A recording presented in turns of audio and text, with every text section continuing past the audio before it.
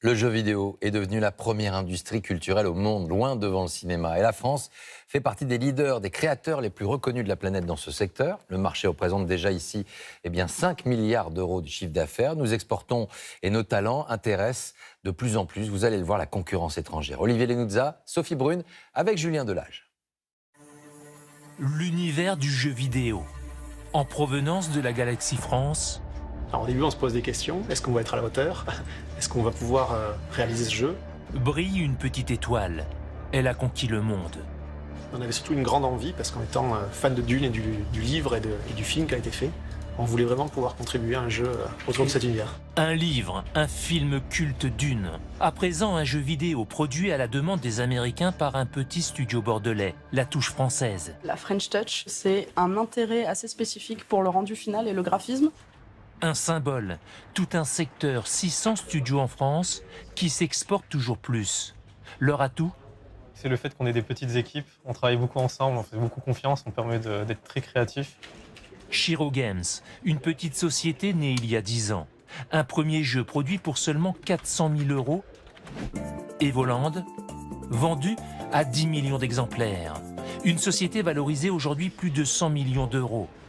Le jeu vidéo à la française, ses dessinateurs, ses ingénieurs, enviés par la concurrence étrangère.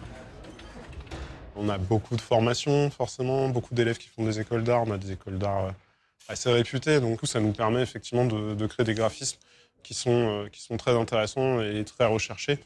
Jouer la bonne carte. Pour séduire 40 millions d'adeptes de jeux sur console en France, plus de 3 milliards dans le monde. À la fin du siècle dernier, un Français, Ubisoft, devient un géant en émigrant à Montréal. Une référence. Des succès planétaires.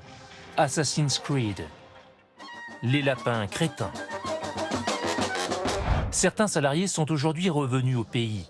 Attirés par de nouvelles aides de l'État, des crédits d'impôt, ils ont créé leur propre structure. À l'image du studio d'Oscar Gilbert, passé en seulement 15 ans de 5 salariés. De 5 à 350 dans le monde. Création de leur propre studio d'enregistrement. Des jeux conçus comme des séries télé avec des thèmes originaux.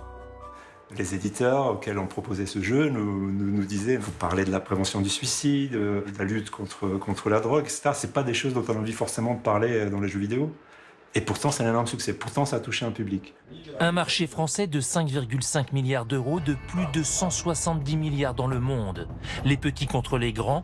Encore une histoire de combat, mais cette fois-ci, bien réelle.